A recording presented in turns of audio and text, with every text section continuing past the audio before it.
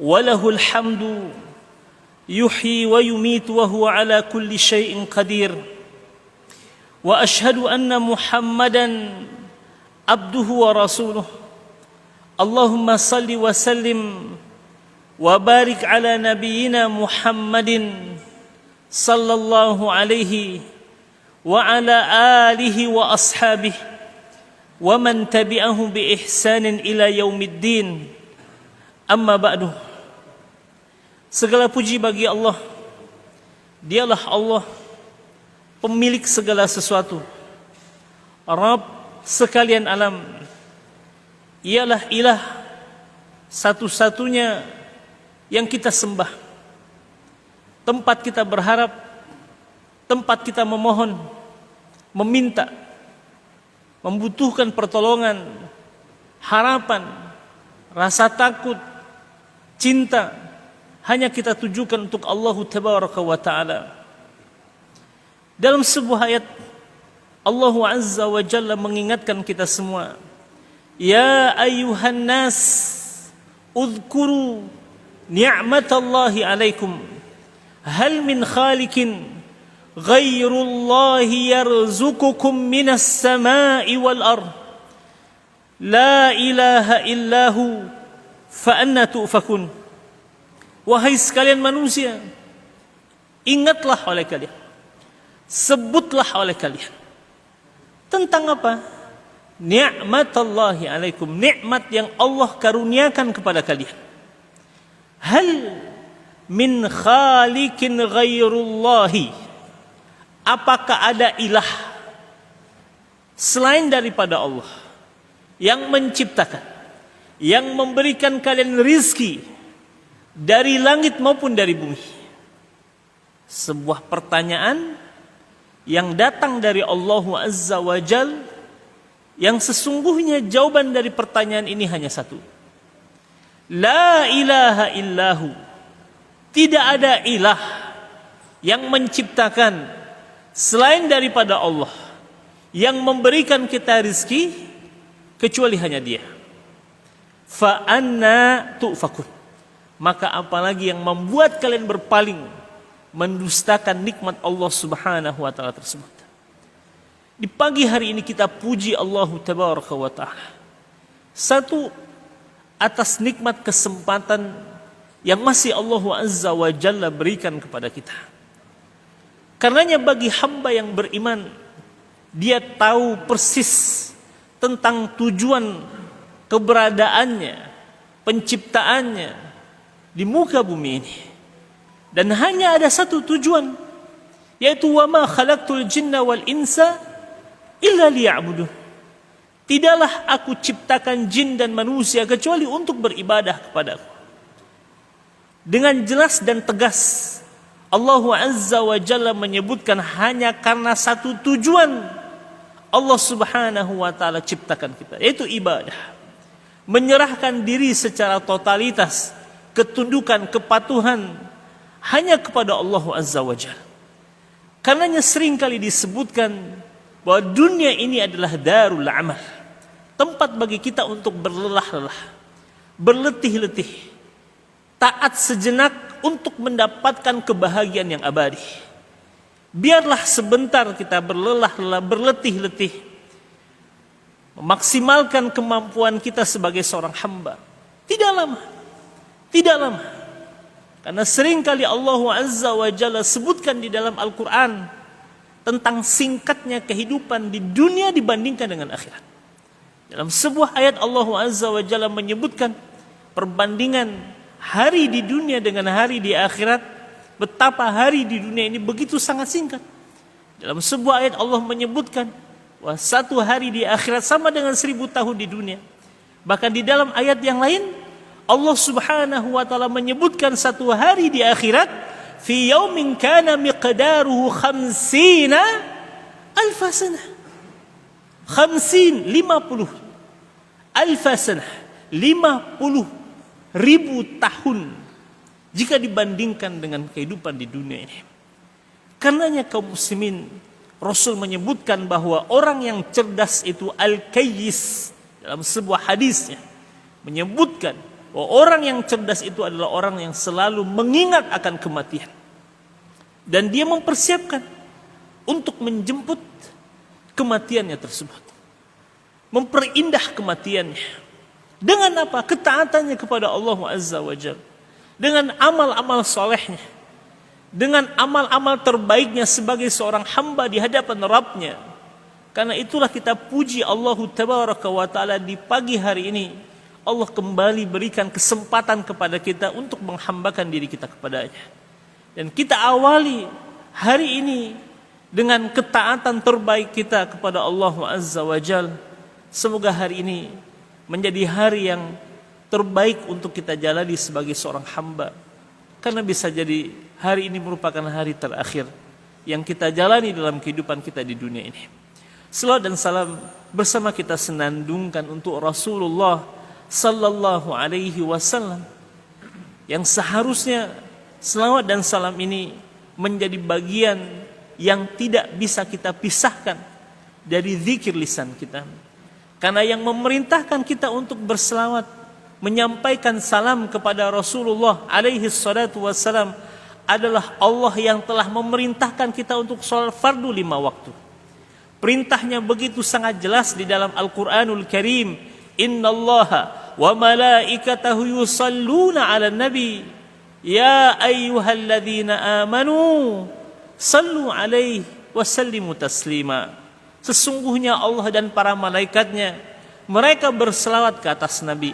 Maka tatkala Allah Azza wa Jalla menyeru kita, ya ayyuhalladzina amanu, wahai orang-orang yang beriman, wahai orang-orang yang mengaku umat Nabi Muhammad, wahai orang-orang yang mengaku mencintai Rasulullah, wahai orang-orang yang mengaku mendambakan syafaat Rasulullah alaihi salatu wassalam. Di mana kita jika dibandingkan dengan kemuliaan, jangankan Allah, para malaikat Allah Azza wa Jalla tidak akan pernah berbanding. Tapi mereka berselawat kepada Nabi Muhammad sallallahu alaihi wasallam. Karenanya kita jauh lebih utama untuk berselawat dan menyampaikan salam kepada Rasulullah alaihi salatu wassalam, di mana pada setiap selawat dan salam yang kita senandungkan dibalasi, diganjari dengan pahala yang begitu sangat besar di sisi Allah. Selain daripada selawat dan salam kita ini ditampakkan oleh Allah Azza wa Jal kepada Nabi Muhammad alaihi salatu wassalam. Tatkala Rasul sebutkan hal ini di dalam sebuah hadisnya, ada seorang sahabat yang bertanya, bagaimana mungkin selawat itu sampai kepadamu wahai Nabi di saat engkau telah dimakan oleh tanah? Lalu Nabi Muhammad mengatakan, Allah Azza wa Jalla haramkan tanah untuk memakan jasadnya para Nabi dan Rasul Allah. Dan dengan kuasa Allah Tabaraka wa Ta'ala, selawat dan salam yang kita sampaikan kepada Rasul salam, insya Allah akan disampaikan oleh Allah kepada Nabi Muhammad. Karenanya semakin banyak, semakin sering kita berselawat dan menyampaikan salam kepada Nabi Muhammad, kita akan menjadi umat yang berpeluang untuk dikenal oleh Rasulullah, untuk diketahui oleh Nabi Muhammad alaihi salatu wassalam. Disebabkan banyaknya selawat dan salam yang kita sampaikan kepada Nabi Muhammad alaihi salatu wassalam. Karenanya jadikan ia menjadi bagian dari senandung lisan kita yang kita niatkan karena mahabbah, cinta kita kepada Rasulullah alaihi salatu wassalam. Tatkala kita berselawat dan menyampaikan salam untuk Rasulullah sallallahu alaihi wasallam. Kaum muslimin dan muslimat rahimani wa rahimakumullah. Di subuh hari ini kita kembali melanjutkan pembahasan kita, masih berada pada hadis yang ketujuh, yaitu tentang ad-dinu an-nasihah. Di mana di subuh hari ini insyaallah tabaraka wa taala kita akan melanjutkan pembahasan tentang makna an-nasihah. Setelah kita membahas dalam pertemuan yang lalu an-nasihah li rasulih, nasihat terhadap Rasulullah sallallahu alaihi wasallam, maka di subuh hari ini kita akan masuk kepada pembahasan tentang an-nasihah li a'immatil muslimina. Nasihat untuk para pemimpin kaum muslimin. Ini penting untuk kita menjadi ketahui, sehingga menjadi koridor bagi kita untuk memberikan nasihat kepada para pemimpin yang telah diamanahkan oleh Allah Azza wa Jal memimpin kaum muslimin. Karena dalam sebuah hadisnya, dalam sebuah ayat, bahkan Allah Tabaraka wa Ta'ala juga berfirman agar kita memberikan ketaatan kepada Allah, kepada Rasulnya, bahkan kepada pemimpin yang memimpin kaum muslimin. Ya. Namun ketaatan yang seperti apa yang kemudian perlu kita pahami dengan baik, karena ada sebuah kaidah yang kemudian dikatakan la ta'ata li makhluqin fi ma'siyatil khaliq. Tidak ada ketaatan kepada makhluk dalam bermaksiat kepada Allah Azza wa Jalla. Karenanya ketaatan kepada pemimpin pun juga memiliki makna yang masih kemudian dibatasi selagi ketaatan tersebut dalam rangka taat kepada Allah Azza wa Jalla. Dan kita punya tanggung jawab terhadap pemimpin, karena sesungguhnya kepemimpinan itu adalah amanah yang langsung diberikan oleh Allah Azza wa Jalla. Dalam surat Ali Imran Allah Azza wa Jalla berfirman, "Qulillahumma malikal mulki tu'til mulka man tasha wa tanzi'ul mulka mimman tasha wa tu'izzu man tasha wa tudhillu man tasha biyadikal khair innaka ala kulli syai'in qadir."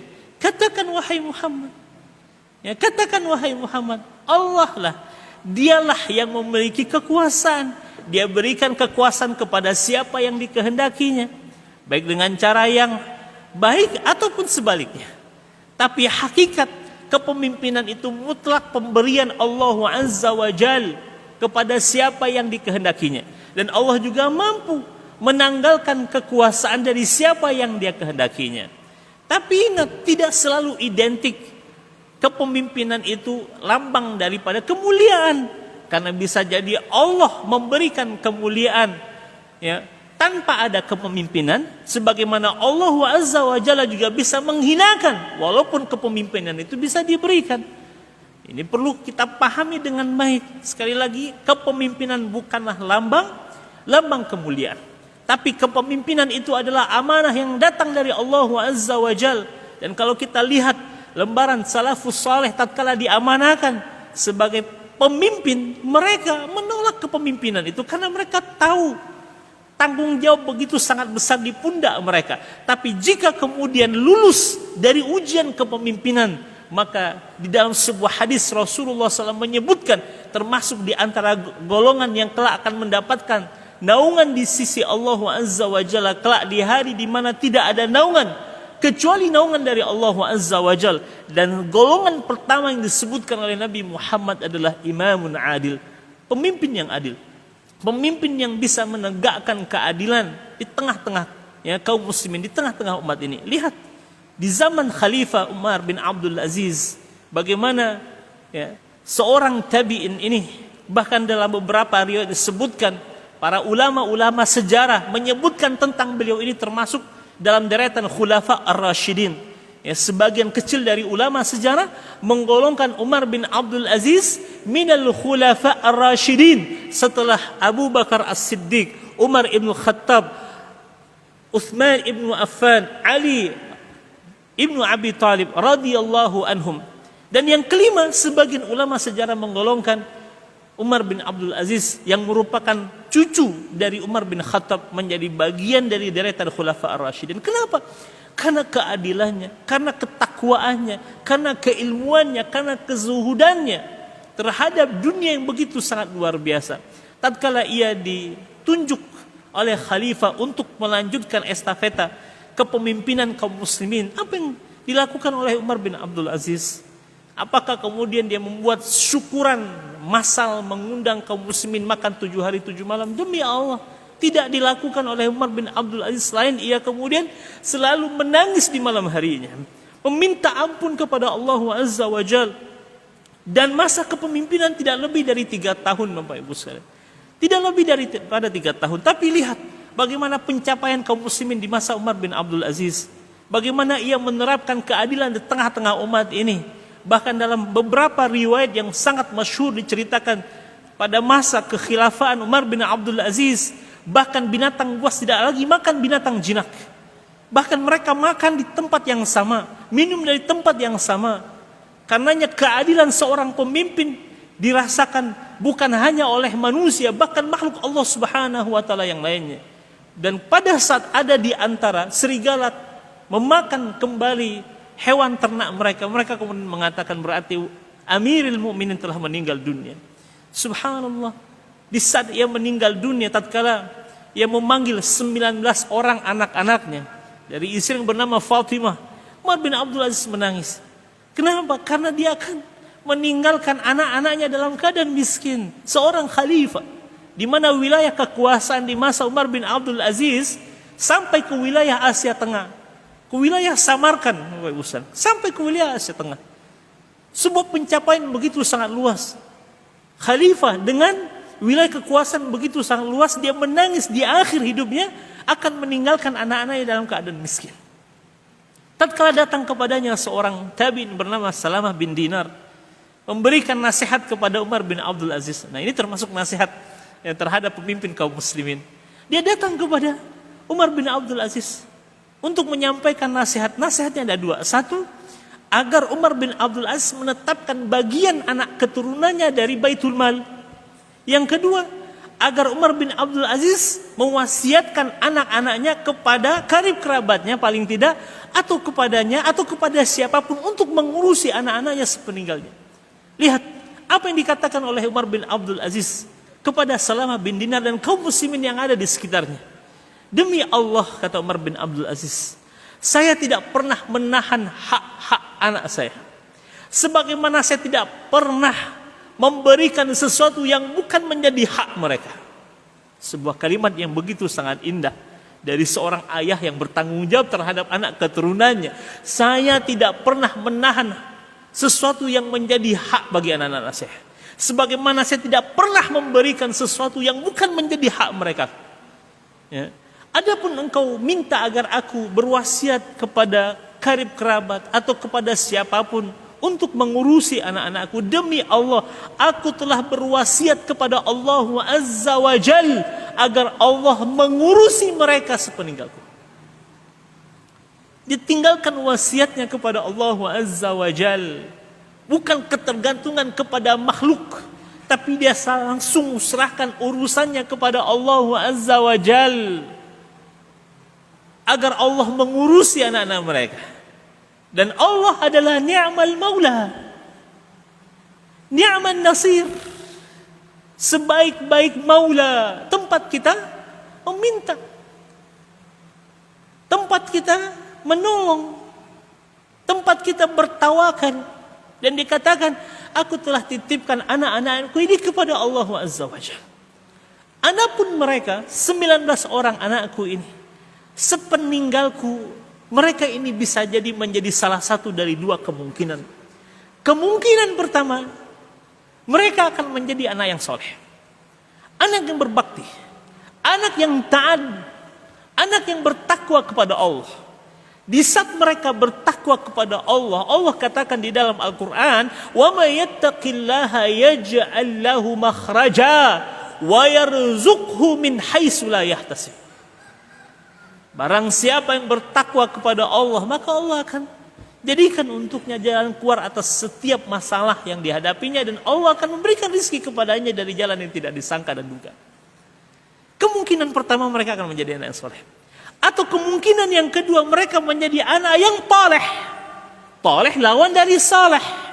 Mukibun alal ma'asi, bergelimangan maksiat. Dan saya tidak ingin menjadi orang yang mensupport, mendukung, menyokong kemaksiatan mereka dengan harta yang kutinggalkan kepada mereka.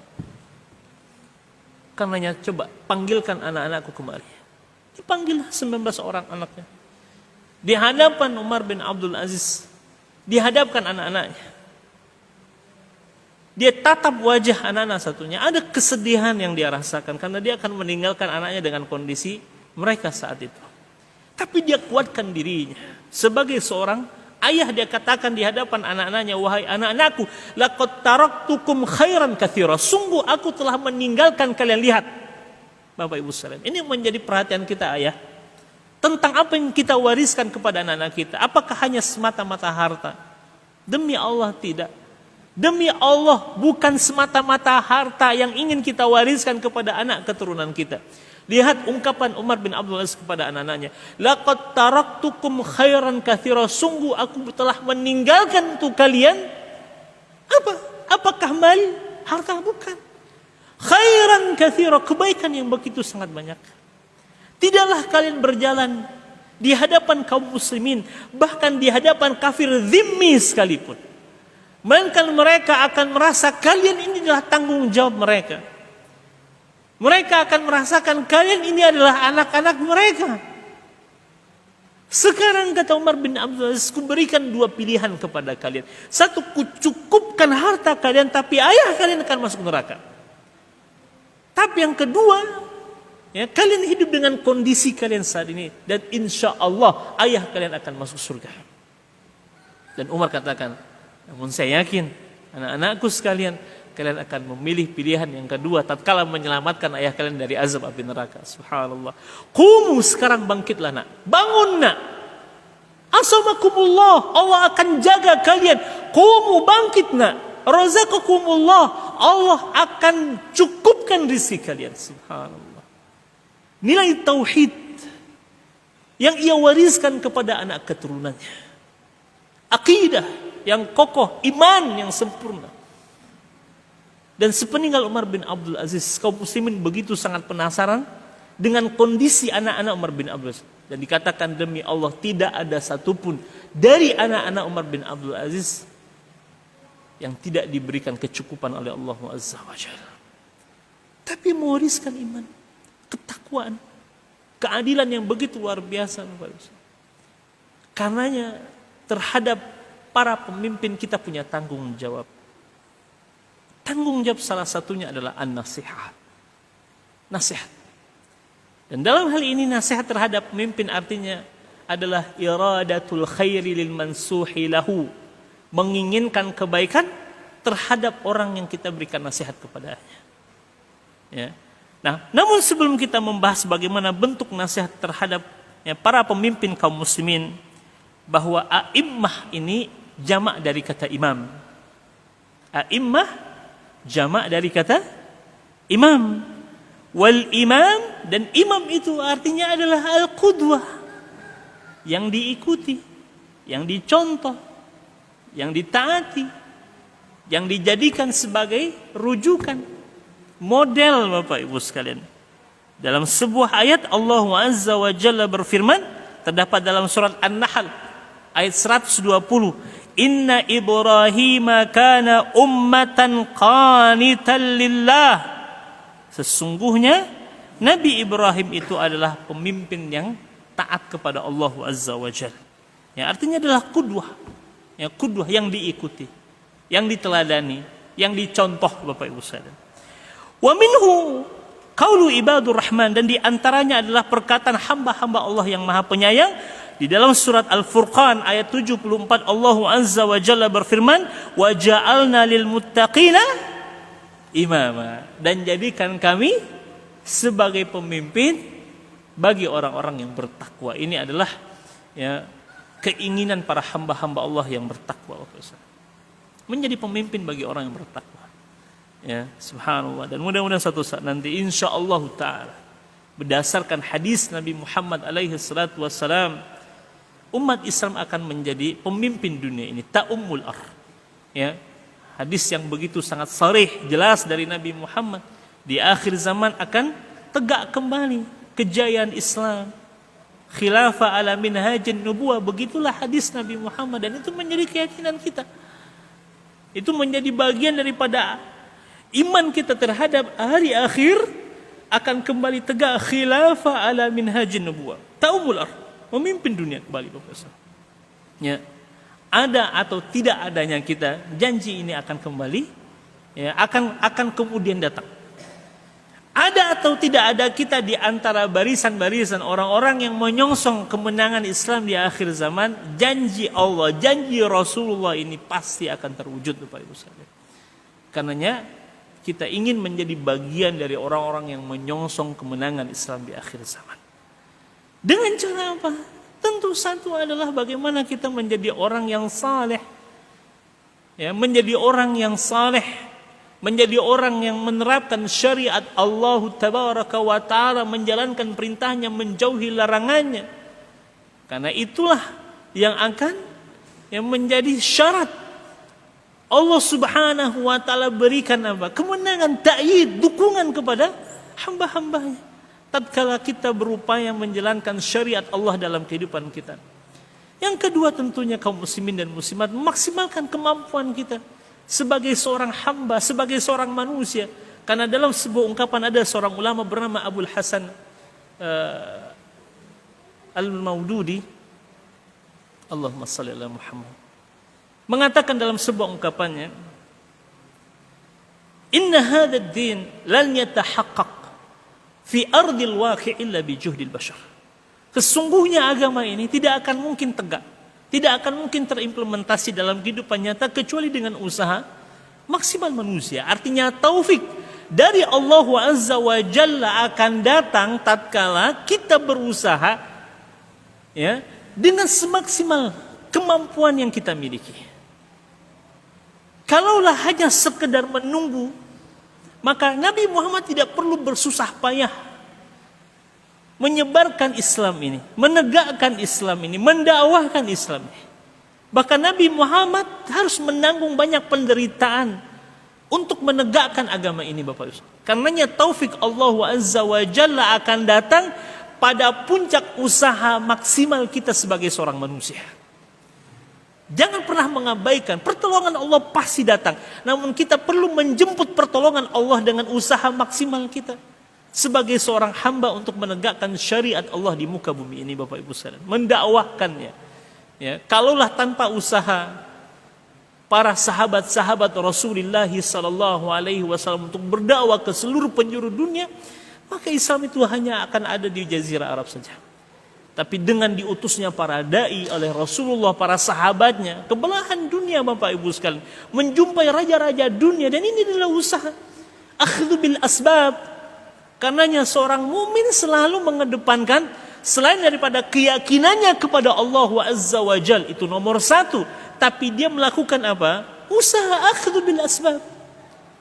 La natruk akhdha bil asbab. Kita tidak meninggalkan sebab, Bapak Ibu sekalian, tapi yang kita tinggalkan adalah keyakinan terhadap sebab. Karena keyakinan kita hanya satu kepada musabbab, dan musabbabnya siapa? Allah Azza wa Jalla. Itulah yang dilakukan dan diajarkan oleh Rasulullah. Nabi Muhammad harus menghijrahkan kaum muslimin kemana? Ke Habasyah, ke Afrika bagian utara, Ethiopia hari ini, Bapak Ibu sekalian. Ya, sebelum hijrah ke kota Madinah, kaum muslimin sudah dihijrahkan oleh Nabi Muhammad kemana? Ke Habasyah. Dalam rangka apa? Akhdhu bil asbab. Mengambil sebab kemenangan, mengambil sebab pertolongan dari Allah Azza wa Jalla. Dihijrahkan. Nabi Muhammad harus berdakwah ke Taif. Walaupun kemudian mendapati respon yang sangat tidak baik dari penduduk Taif, Rasul tetap mengambil sebab.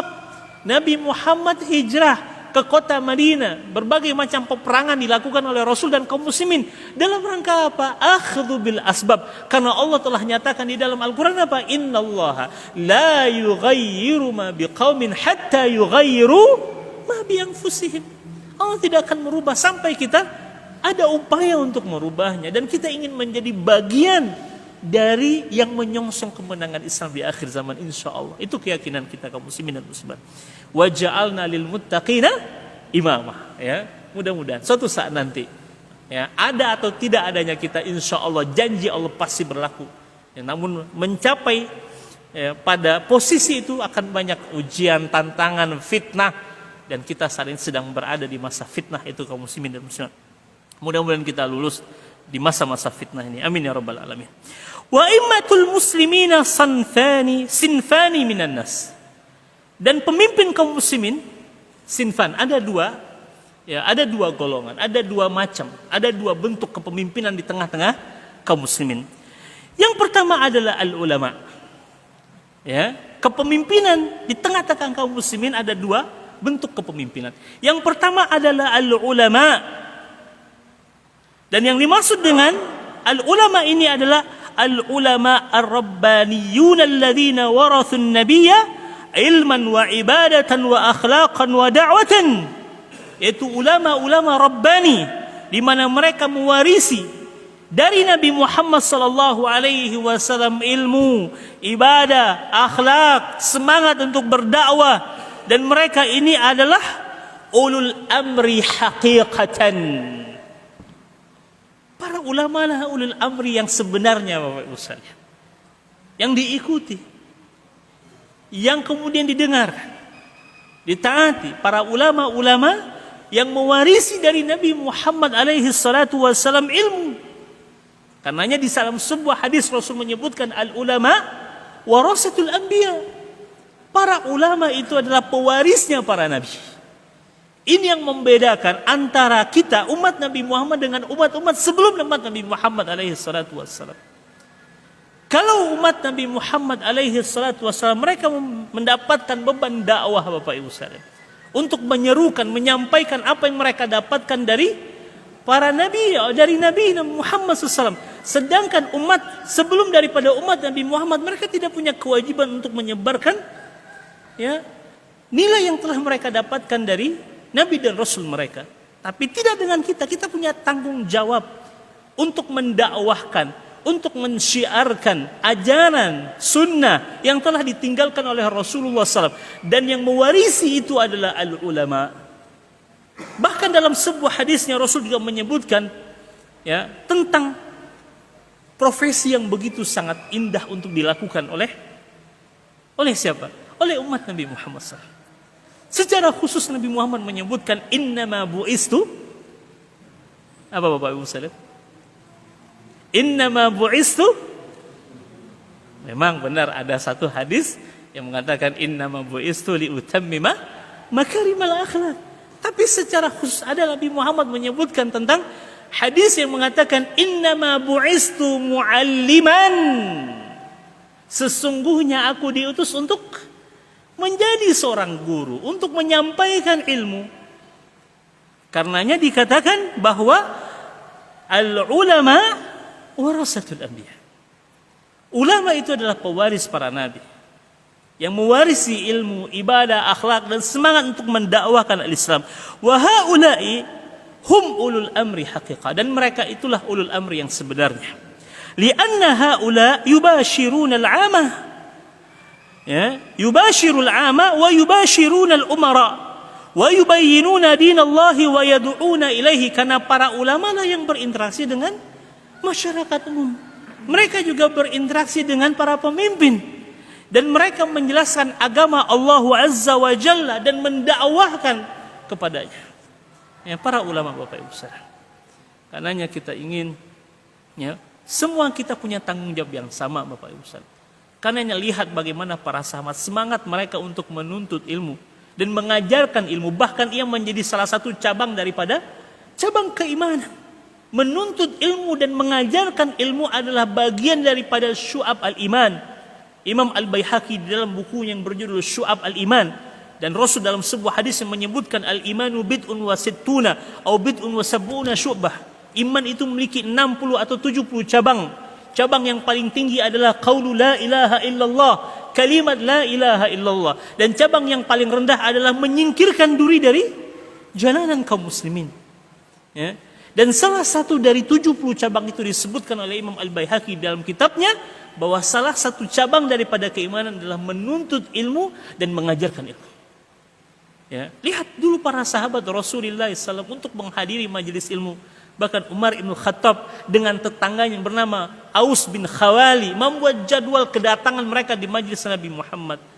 Karena mereka harus juga punya tanggung jawab untuk menafkahi keluarga mereka. Jadi tidak bisa setiap hari hadir di majelis Nabi Muhammad SAW. Sehingga mereka membuat jadwal, ada Umar yang datang, Aus yang kemudian mengurusi kebunnya.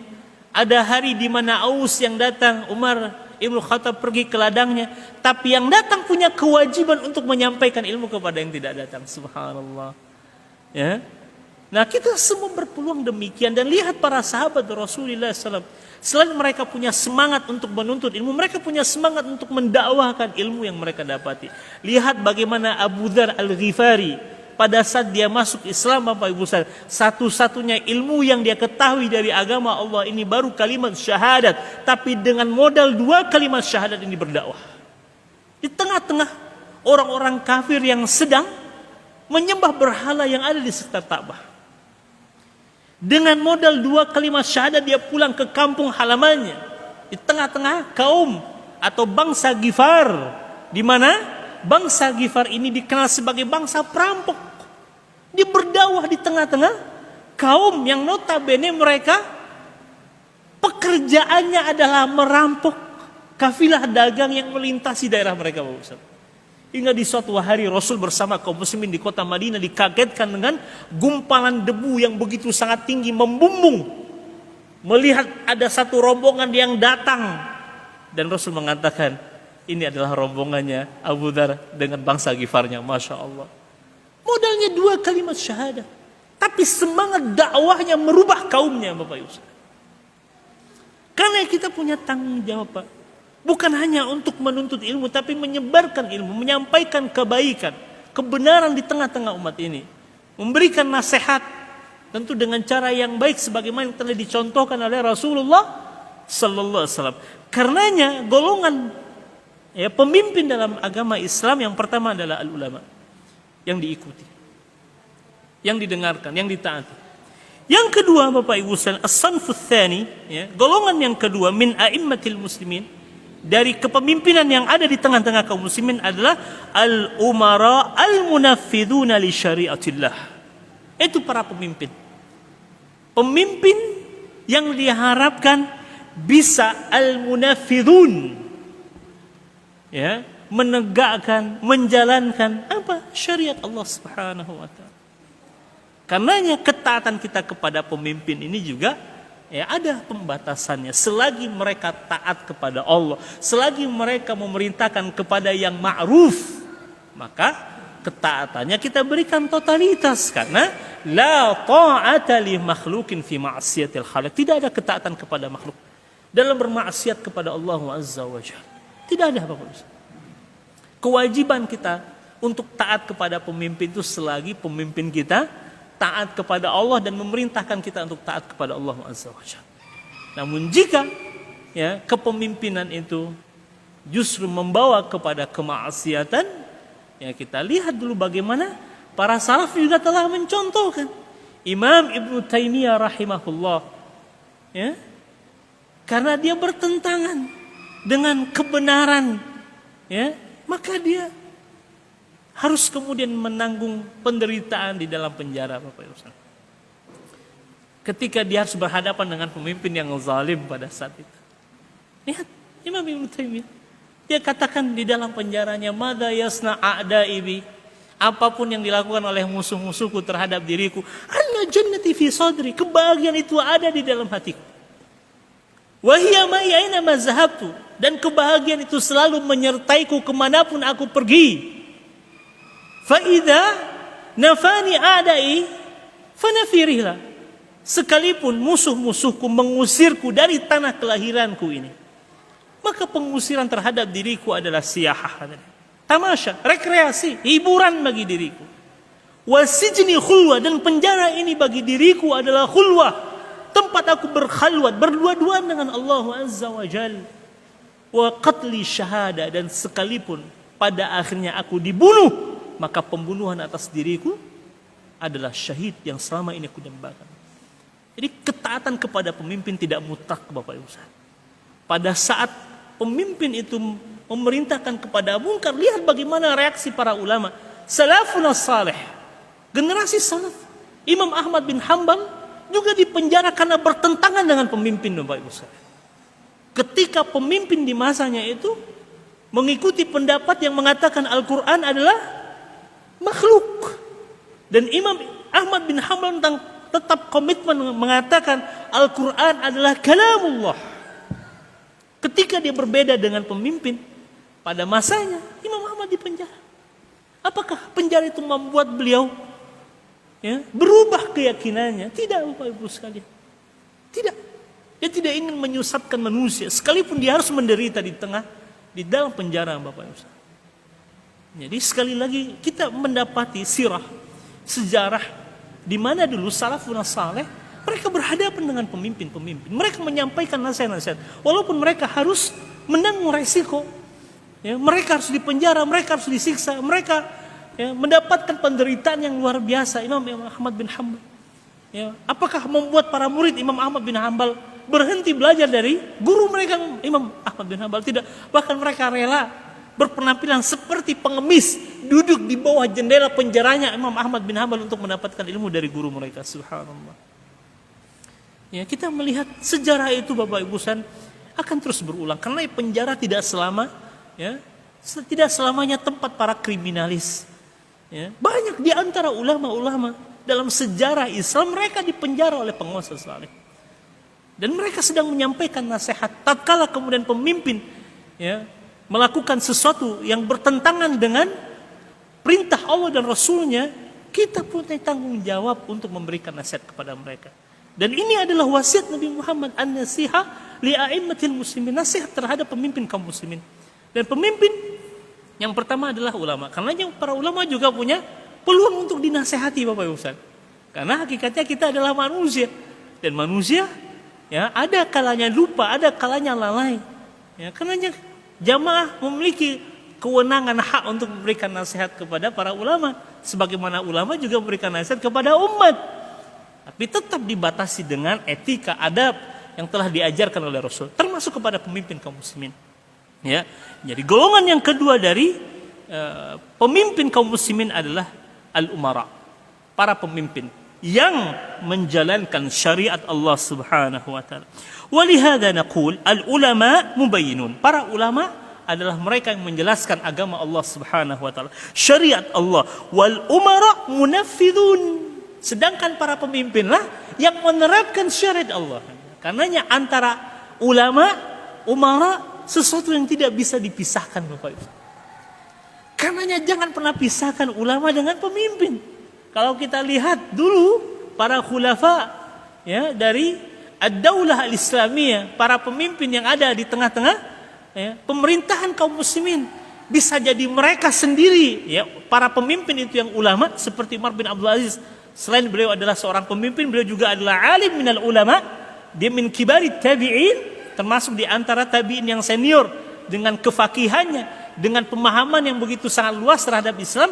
Atau bisa jadi para pemimpin kaum muslimin itu mereka tidak pernah meninggalkan majlis muzakarah dengan para ulama.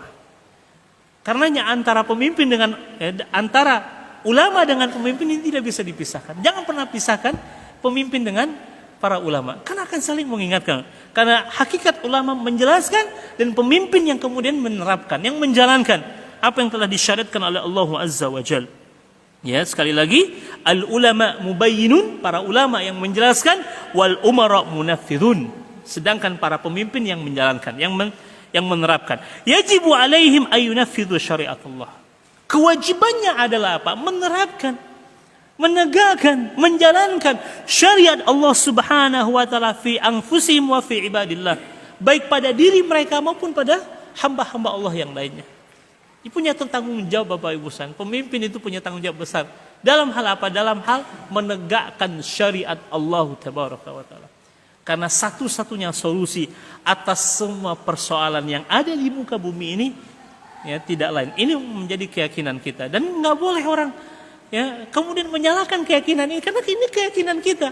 Allah sebutkan di dalam Al-Quran, Rasul sebutkan di dalam Al-Sunnah. Apa keyakinan? Al-Islamu huwal hal. Islam adalah solusi atas semua persoalan yang di muka bumi ini. Syariat Allah lah yang menjadi solusi atas semua persoalan di muka bumi ini. Dan sejarah telah membuktikan Bapak Ibu sekalian, keadilan di dalam Islam itu tidak pernah memandang bulu, Pak. Tidak pernah tebang pilih. Lihat di masa Umar bin Abdul Aziz, bagaimana dia menerapkan keadilan yang begitu sangat indah. Tatkala orang-orang Samarkand mendengar akan keadilan Umar bin Abdul Aziz, mereka minta izin untuk bisa berjumpa dengan Umar bin Abdul Aziz. Padahal penduduk Samarkand ini belum muslim, Bapak. Mereka non muslim. Tapi karena mereka mendengar tentang keadilan Umar bin Abdul Aziz, dia ingin mengadukan perihal pasukan kaum muslimin yang masuk ke wilayah Samarkand tanpa menjalankan prosedur yang seharusnya dijalankan. Karena biasanya kaum muslimin kalau datang ke sebuah wilayah, hal pertama yang ditawarkan kepada mereka adalah al-Islam, masuk Islam dulu. Kalau mereka tidak mau menerima tawaran masuk Islam, maka yang kedua tawarannya adalah bayar jizyah, upeti Bapak Ibu saya. Kalau juga tidak mau, maka baru perangi. Namun pada saat kaum muslimin masuk ke wilayah Samarkand, dipimpin oleh seorang panglima perang bernama Muslim bin Qutaibah, kalau tidak salah, dia masuk ke wilayah Samarkand tanpa menjalankan dua prosedur yang awal. Dia langsung memerangi wilayah Samarkand, menduduki wilayah Samarkand. Dan orang-orang Samarkand tahu prosedur kaum muslimin masuk ke sebuah wilayah. Dan mereka adukan hal ini kepada Umar bin Abdul Aziz. Setelah dita'ala, bahkan dikirim hakim ke wilayah Samarkand untuk melakukan investigasi. Bayangkan, Umar bin Abdul Aziz mendengar perkataan orang-orang kafir, Bapak Ibu, orang-orang non-muslim.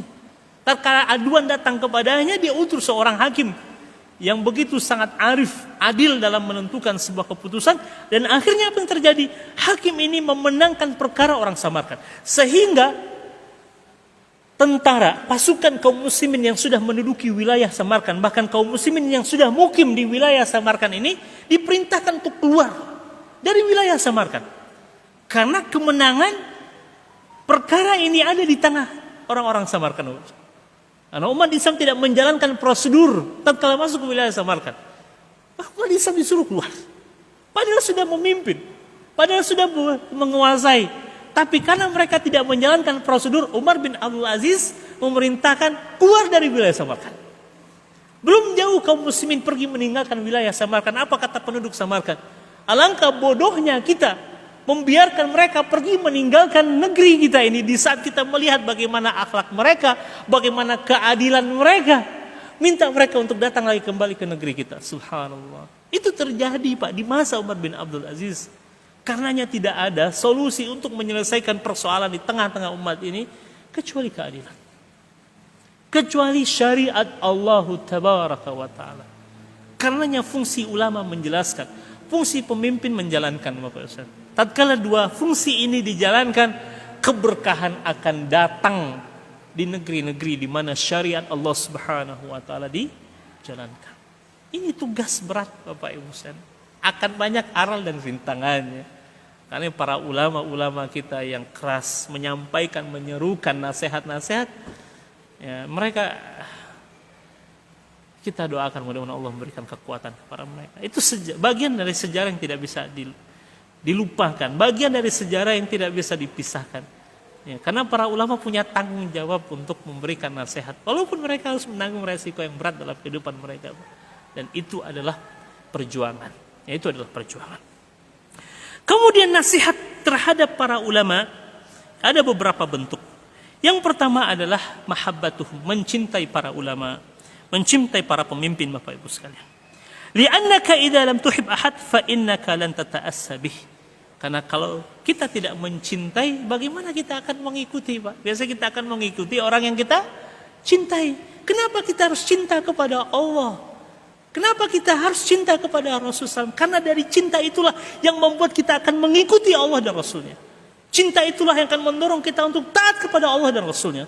Termasuk kepada para ulama, termasuk kepada para pemimpin. Satu, cintai mereka.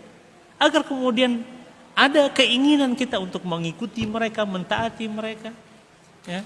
Yang pertama, nasihat kita terhadap pemimpin kaum muslimin baik tadi, al-ulama wal umara mahabbatum, cinta kepada mereka. Tentu dengan cinta yang berbatas, Bapak Ibu sekalian. Tidak cinta yang totalitas. Karena kalau cinta kita kepada selain daripada Allah dan Rasulnya, mengikuti kecintaan kita kepada Allah dan Rasulnya. Ya. Kenapa kita mencintai Rasul? Karena Allah yang perintahkan kita untuk mencintai Nabi Muhammad alaihi salatu wasallam. Kenapa kita mencintai seseorang? Karena di dalam dirinya terdapat sifat-sifat yang dicintai oleh Allah Subhanahu wa Ta'ala. Kita akan sering mendengar, ana uhibbukum fillah, aku mencintaimu karena Allah. Bapak Ibu sekalian, kalimat uhibbukum fillah ini adalah kalimat yang dicontohkan oleh Rasul. Nabi Muhammad sering kali menyampaikan pesan cinta kepada para sahabatnya. Salah satunya kepada Mu'adz ibnu Jabal, di mana Rasul secara langsung mengatakan, ya Mu'adz, uhibbuka fillah. Wahai Mu'adz, aku mencintaimu karena Allah. Pernah ada seorang sahabat duduk bersama Rasul, lalu lewat seorang sahabat di hadapan mereka, lalu sahabat yang duduk dengan Nabi Muhammad mengatakan, ya Rasul, aku mencintainya karena Allah. Lalu Rasul mengatakan, apakah engkau telah memberitahunya bahwa engkau mencintainya karena Allah? Belum. Kata Rasul, a'limhu, kabari dia, beritahu dia kalau engkau mencintainya karena Allah Subhanahu wa Ta'ala.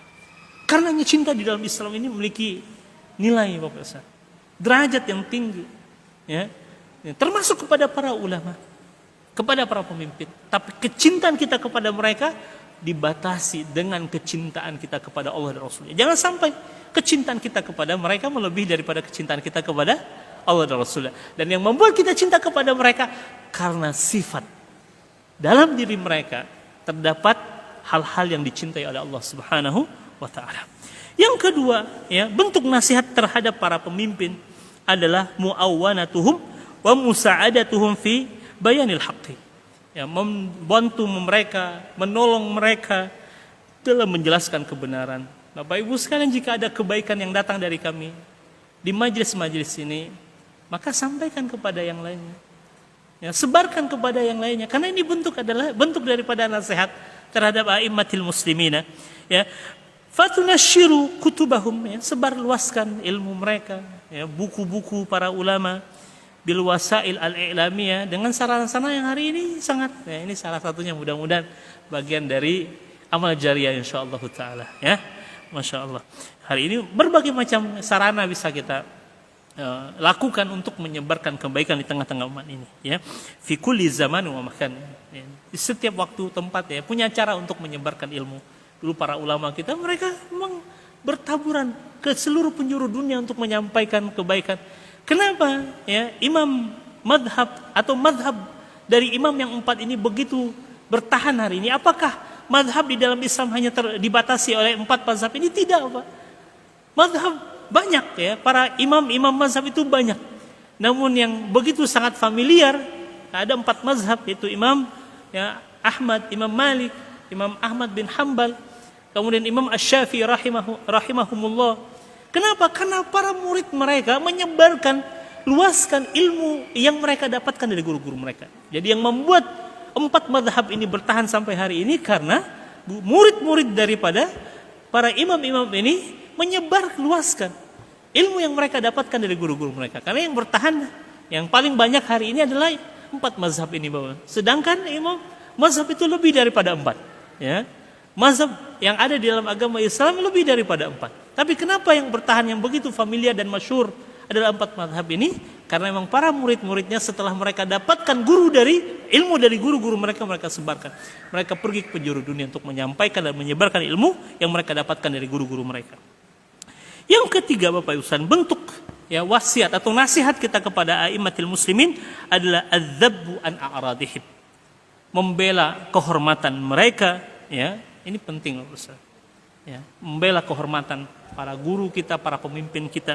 Wa idza nasiba ila ahadin minal ulama ar-rabbaniyin syai' yastankiru fa alayka an tattakhidha hadhihi al-marahil. Ya, kita perlu ketika fitnah datang, syubhat datang kepada para ulama kaum muslimin, ya, kita perlu memberikan, ya, klarifikasi, perlu menjelaskan duduk persoalannya seperti apa. Karena mereka punya hak untuk dijaga kehormatan dan kemuliaannya, Bapak Ibu. Jangan sampai kita justru yang membuka aib, kekurangan dari para ulama, dari para pemimpin, Bapak Ibu sekalian. Ya. Bahkan dalam sebuah hadis Rasul mengatakan, man dzabba an aradi akhihi bil ghibah, barang siapa, kata Rasulullah, yang menjaga kehormatan, belum lagi para ulama dan para pemimpin, tapi saudaranya dari perbuatan ghibah, dia jaga kehormatan, kemuliaan para pemimpin mereka, ulama-ulama mereka dari perbuatan ghibah, maka dalam hadis ini Allah haramkan bagi neraka atas dirinya. Subhanallah. Dan berarti sebaliknya, Bapak Ibu sekalian, kalau kita justru yang mencemarkan nama baik para ulama, para pemimpin, apalagi itu fitnah, ya, na'udzubillahi min zalik, maka ancamannya juga lebih besar.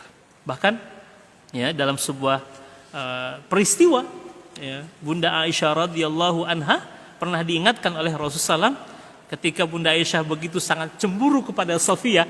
Siapa Sofia? Istri Nabi Muhammad. Dan Aisyah menyebut tentang satu kekurangan yang dimiliki oleh Sofia.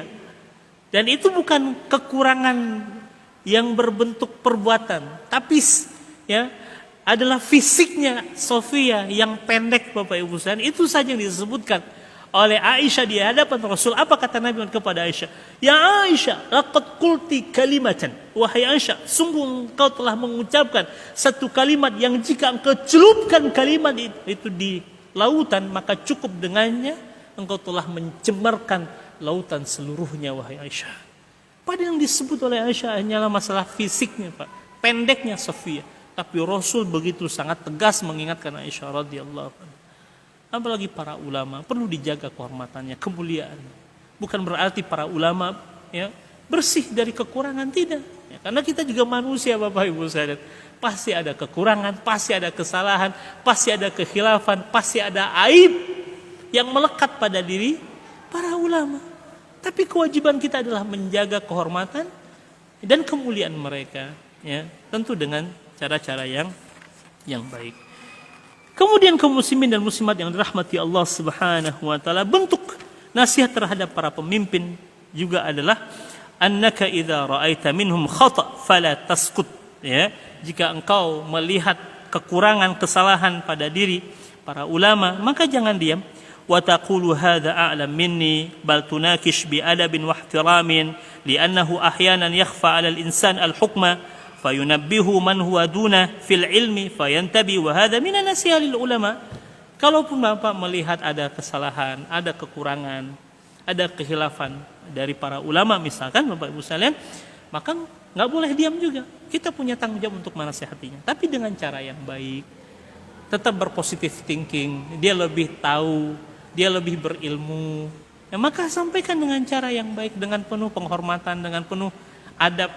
Dan Rasul telah mencontohkan bagaimana ia memberikan nasihat kepada para sahabat-sahabatnya. Begitu sangat indah. Tidak ada orang yang dinasihati Rasul yang hatinya tersakiti, yang hatinya kemudian dongkol, walaupun dengan cara-cara yang setiap orang Rasul punya cara tersendiri, tidak disamakan.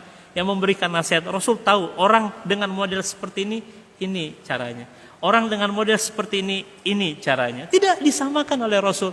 Tatkala ada orang yang kencing di dalam Masjid Nabawi, apakah Rasul main hantam, pukul? Tidak, Pak. Rasul tahu ini orang Arab Badui, orang Arab Badui yang mohon maaf kehidupan mereka jauh dari peradaban, sembarangan gitu kan. Tatkala para sahabat hendak memukulnya, kata Rasul, jangan pukul dia, biarkan dia tuntaskan hajatnya. Artinya biar selesaikan aja dulu, buang air kecilnya di situ. Itu subhanallah hikmah yang luar biasa.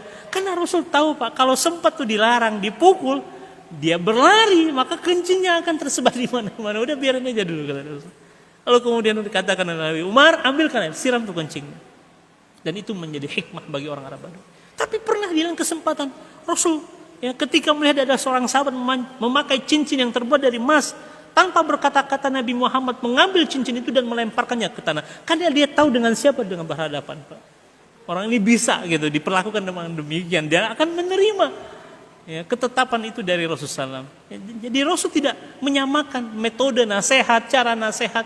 Rasul juga melihat bagaimana kondisi orang ini seperti apa, karakternya, bagaimana kebiasaan. Rasul pelajari itu semua. Dan itu bagian daripada nasihat. Karena nasihat itu hakikatnya kita menginginkan kebaikan. Jangan sampai dengan nasihat yang kita sampaikan justru sebaliknya menjauhkan orang itu dari kebenaran. Na'udzubillahi min zalik. Apalagi terhadap para ulama, tentu kita punya adab, punya etika menyampaikan kebaikan-kebaikan kepada mereka, nasihat-nasihat kepada mereka. Sesama muslim saja kita wajib memberikan nasihat dengan cara yang terbaik, apalagi terhadap para ulama, terhadap para pemimpin kita. Karenanya ketika kita melihat kesalahan dilakukan oleh para ulama, jangan dia sampaikan, tapi dengan cara yang baik tentunya. Yang kelima, Bapak Ibu yang terakhir, antadullahum ala khairin ma yakunu fi da'watin nas. Fa idza ra'aita hadzal 'alim mahabban li nashril ilmi wa yatakallam fi kulli makan wa tara an-nas yatanathaqaluna wa yaquluna hadza afqal alaina. Hendaklah kita memberikan, menunjukkan kepada yang lebih baik terhadap apa yang disampaikan tentang manusia. Artinya apa? Tatkala kemudian Bapak Ibu melihat para ulama, para dai menyampaikan ilmu, lalu kemudian ada barangkali metode yang kurang tepat disampaikan oleh para ulama ini, oleh para dai ini, Bapak punya tanggung jawab juga untuk memberikan saran, memberikan masukan. Karena kita terhadap nasihat, Pak, membuka diri, berlapang dada untuk menerima masukan, nasihat siapapun itu yang datang kepada kita memberikan nasihat, termasuk para ulama, termasuk para ustadz, para dai. Jangan hanya pandai untuk memberikan nasihat, tapi juga harus siap menerima masukan, nasihat. Dari siapapun itu Bapak Ibu sekalian, siapapun, walaupun anak kecil, walaupun barangkali kita tidak pernah yang mendengar siapa namanya, ya, karena kita seringkali kebiasaan hanya mendengarkan dari orang-orang yang kita akui, yang kita kenal. Tapi siapapun yang datang kepada kita, sebagaimana dulu juga banyak tuh contoh-contoh para salafus saleh mendapatkan nasihat dari orang-orang yang tidak dikenal, yang selagi itu benar Bapak, mereka akan mengucapkan jazakumullah, terima kasih atas nasihat yang telah diberikan. Karena seorang ulama, seorang dai, seorang ustadz harus siap juga menerima masukan-masukan dari para jamaahnya, dari kaum muslimin. Barangkali ada metode yang perlu diperbaiki, ada kesalahan yang dilakukan, dan harus siap untuk diberikan masukan dan nasihat. Jadi selain daripada apa yang disampaikan, kesalahan yang dilakukan, metode yang dia gunakan dalam berdakwah pun juga kaum muslimin punya kesempatan untuk memberikan masukan. Tentu sekali lagi memperhatikan adab, etika, yang harus kemudian diperhatikan, karena Rasul secara khusus mengatakan innama bu'istu liutammima makarimal akhlak. Akhlak ini jauh lebih penting Bapak Ibu sekalian, dibandingkan dengan apa? Para ulama seringkali mengatakan al-adab qabla al-ilm. Al-adab qabla al-ilmi. Adab sebelum ilmu. Karena kalau kita sudah beradab, Allah akan mudahkan kita memahami ilmu yang disampaikan oleh para guru kita. Karenanya adab sebelum ilmu. Di majlis ilmu ini ada adab-adab yang perlu kita perhatikan. Kalau kita perhatikan adab-adab itu, itulah insya Allah jalan yang memudahkan kita untuk memahami ilmu yang disampaikan oleh guru-guru kita. Wallahu a'lam bissawab.